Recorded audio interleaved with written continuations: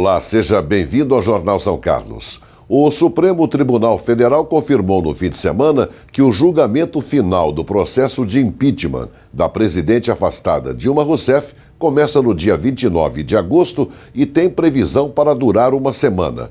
O cronograma prevê que na terça-feira da semana que vem seja realizada a primeira sessão plenária sobre o impeachment, sob a coordenação do presidente do Supremo, ministro Ricardo Lewandowski. Em seguida, será respeitado um prazo de 10 dias estipulados por lei. Com isso, a primeira data possível para o início do procedimento final seria no dia 26 de agosto, uma sexta-feira. Só que um acordo entre o Senado e o Supremo deve adiar a data para a segunda-feira seguinte, dia 29 de agosto. A previsão é de que o processo dure ao menos uma semana, mas o próprio Supremo afirma que poderão ocorrer atrasos por causa das discussões em plenário. Também nesta edição, a derrota do São Carlos para o Rio Claro na noite de sábado. O volume de vendas do comércio varejista caiu 11,4% em maio aqui na região. O calor ainda não chegou, mas é preciso pensar na saúde dos animais de estimação. Estes assuntos agora no Jornal São Carlos. Aqui na região de São Carlos e Araraquara, o volume de vendas do comércio varejista caiu 11,4% em maio, na comparação com o mesmo mês do ano passado. O faturamento nominal, sem descontar a inflação, recuou 2,3%. O levantamento é da Associação Comercial do Estado de São Paulo e inclui automóveis e materiais de construção. Nos 5 primeiros meses do ano, a queda nas vendas atingiu 5%, mas houve melhora no faturamento da ordem de 3,6%. A ACISC, Associação Comercial e Industrial de São Carlos, está com a promoção Dia dos Pais ACISC, um sorteio que acontecerá no mês de agosto. Veja como obter cupons para participar da campanha. Essa promoção ela é totalmente gratuita a todos os comerciantes da cidade que são associados da CISC. Para participar, basta entrar em contato conosco, que nós daremos já todas as informações e faremos o seu cadastro. E o consumidor, ele tem que fazer um cadastro para retirar os cupons, né? Como ele pode fazer esse cadastro? Então, perfeitamente. Dentro dessa nova linha que nós criamos através do sorteio online, o consumidor, ao ele efetuar sua compra, ele tem que solicitar ao comerciante que cadastre os seus cupons. Aí, após isso, ele não pode esquecer de entrar no site da CISC, www.acisc.com.br, e fazer o seu cadastro. Fazendo o seu cadastro, ele já será gerado automaticamente o seu cupom aqui na CISC, que ele concorrerá aos prêmios do Dia dos Pais. E até quando ele pode se cadastrar? Então, o cadastro ele pode fazer até no dia do sorteio, que será no dia 19 de agosto. Até lá ele pode se cadastrar, que os cupons são gerados. Quais prêmios serão sorteados? Então, e para esta campanha, a gente procurando sempre dinamizá-la, a gente está sorteando uma moto Yamaha, 2 notebooks e 10 vale-compras nos valores de R$200 cada um. Zelão, o que o lojista ganha com esse tipo de ação que a CISC promove? Então, essas ações visam o quê? Ele atrair mais os consumidores, tá?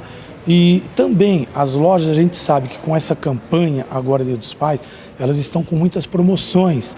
E essas promoções, aliadas a esses prêmios que estão sendo sorteados, o comércio em si vem tendo uma performance melhor.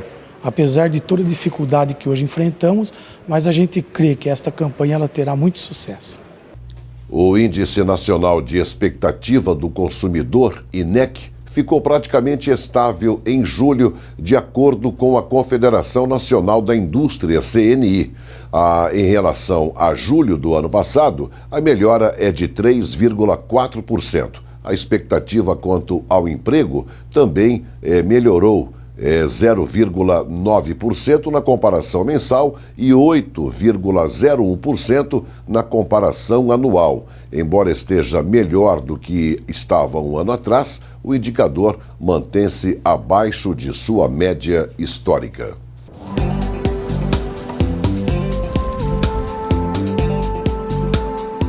O tempo segue nesta terça-feira com céu claro na maior parte do período. A máxima deverá registrar 27 graus. O tempo continua seco e não há previsão de chuva para os próximos dias.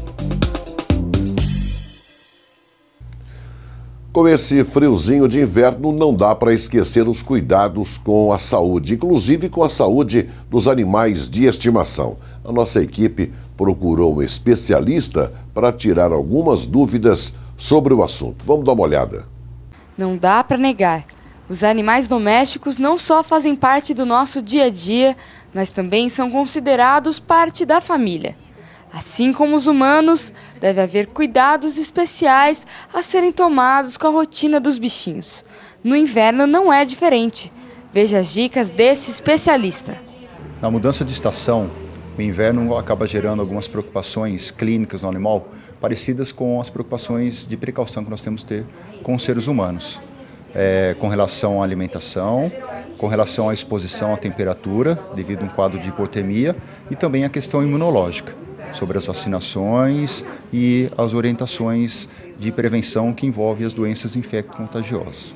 Você recomenda que o dono mude algumas coisas na rotina do animal, por exemplo, nos passeios, em relação ao banho, nesta época do ano? Sim, são cuidados que precisam ter com esses animais para evitar essas doenças infecto-contagiosas e, consequentemente, a parte de manejo. Principalmente no inverno, oferecer ao animal um local apropriado, confortável, que não tenha a exposição brusca da temperatura e também com relação à umidade. Isso pode levar a um quadro de hipotermia e ter as bronquites e pneumonias relacionadas a isso. Tá? Também, animal externo que fica fora da residência de grande porte precisa ter um acompanhamento à exposição a essa temperatura corpórea, devido ao contato com o frio e, consequentemente, a alimentação. Às vezes, dependendo a necessidade de ter um suplemento energético maior. Mas tudo isso tem que ser passado por uma orientação e uma avaliação clínica pelo médico veterinário. O principal problema que a gente observa é com relação às extremidades do dia. Tanto no início da manhã como no final da tarde, a temperatura tende a ser mais brusca, né? Então tenta utilizar um horário mais intermediário para fazer esses passeios. Sempre também pensando, dependendo a espécie do animal, utilizar roupas de proteção. Com relação ao banho, é importante que o proprietário ou essas lojas especializadas em pet shops que oferecem esse tipo de serviço, dê banho com água morna e, principalmente, fazer, após o banho, a secagem com o secador com um ar quente também, para evitar que o animal fique muito tempo com o pelo e a pele úmida, evitando uma hipotermia e, às vezes, até um problema tanto de comprometimento dermatológico de pele, como também a questão de trato respiratório superior e inferior. É importante observar mudanças de comportamento nos bichinhos. Elas podem ser sinais de problemas de saúde. Isso vai ser bastante evidente. O animal, a partir do momento que ele começa a apresentar sintomas clínicos como espirro, tosse, apatia, para de se alimentar, pode estar relacionado com um processo infeccioso e aí tem que passar por uma consulta clínica. Assim como em humanos, fraturas e cicatrizes podem ficar sensíveis nessa época do ano. O Hugo trouxe seu cachorro Spike até esta clínica por conta da suspeita de uma fratura em uma das patas. Eles podem sentir a sensibilidade porque a temperatura pode acabar influenciando numa contração da musculatura e, consequentemente, isso pode gerar um pouquinho de dor. Então é importante, nesse período de inverno, você fazer o mesmo processo de precaução ou de prevenção que é feito para o humano. Dar um suporte de cobertura e, ao mesmo tempo, usar roupas específicas para esses animais. A Ellen adotou a Golden Retriever Iris, de 2 anos, há mais ou menos 6 meses. Os cuidados e carinhos são redobrados. Tem que ter um pouco mais de cuidado em relação a friagem, vento. Às vezes coloca uma roupinha, cobertor na hora de dormir, né? É que os meus dormem dentro de casa, então não tem tanta friagem do quintal, né? Mas eu tenho esse tipo de cuidado. E lógico que não dá para esquecer delas, as vacinas. Outra orientação importante na estação de inverno é que esse animal passe por uma orientação de um médico veterinário, verificando o quadro imunológico desse animal, verificando a carteirinha de vacinação para prevenir principalmente contra as infecções viróticas e bacterianas, como por exemplo a sinomose e a famosa tosse dos canis. Se você foi contemplado pelo Tribunal Regional Federal da Terceira Região para receber atrasados do INSS, preste atenção. São valores de até R$ 52.800. Estão neste lote segurados que tiveram os atrasados liberados entre o primeiro e o último dia do mês de junho. A partir da decisão final do juiz, não há mais possibilidade de recursos. Então, o dinheiro já caiu na conta de alguns segurados nesta segunda-feira. E se você faz parte desse grupo, dê uma verificada na página do tribunal para saber se o seu dinheiro também caiu na conta. Agora as vagas de emprego em oferta na Casa do Trabalhador São Carlense. Confira.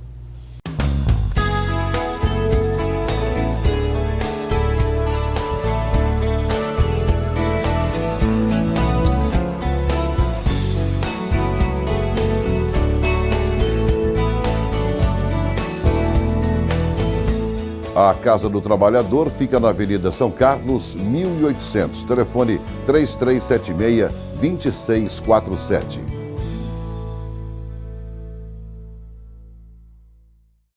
O Colégio Ateneu vai promover um ciclo de palestras para a terceira idade. O evento será agora nos meses de agosto, setembro, outubro e novembro, com abordagem de diversos temas voltados para esse público da melhor idade. Os temas em destaque são Estatuto do Idoso, redes sociais, qualidade de vida e comportamento pessoal, saúde, tratando da questão do envelhecimento com saúde e diabetes, câncer de mama, câncer de próstata e também como prevenir estas doenças, além de economia, entre outros. As palestras ocorrerão na Rua Ambrósio dos Santos, 1081, no bairro Santa Felícia. Informações podem ser obtidas pelo telefone. É de graça. A Maivos está organizando um bazar onde peças de roupas são doadas às pessoas ou instituições que precisam. Veja essa iniciativa. Esse bazar, na verdade, é um mutirão de doação, que nós já fizemos várias vezes em vários bairros. Já fomos lá no Antenor, no Lauriberto, lá no Centro da Juventude, já estivemos no Elaine Viviane, no Jardim Gonzaga, no São Carlos VIII.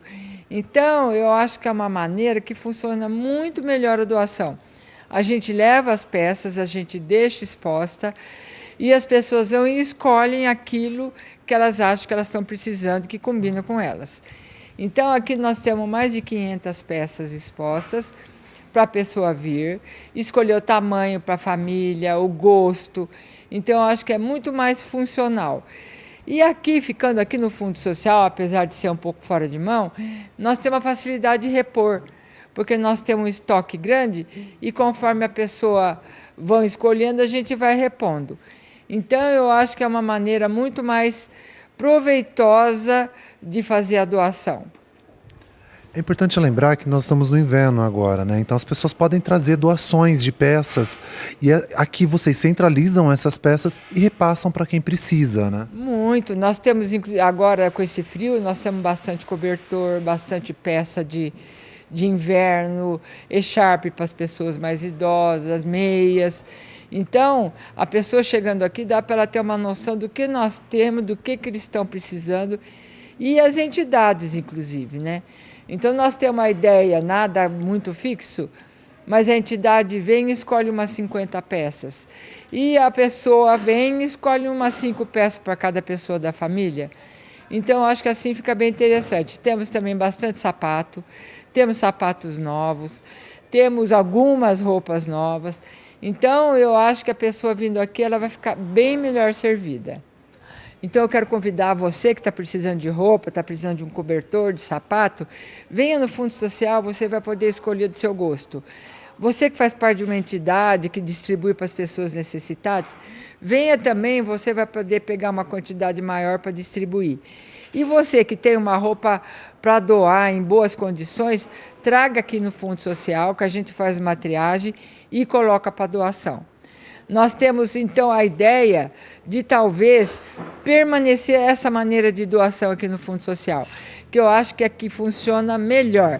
Se a pessoa manda um recado que uma família está precisando, a gente faz o pacote, a gente manda, muitas vezes a pessoa não aproveita porque não é do gosto dela.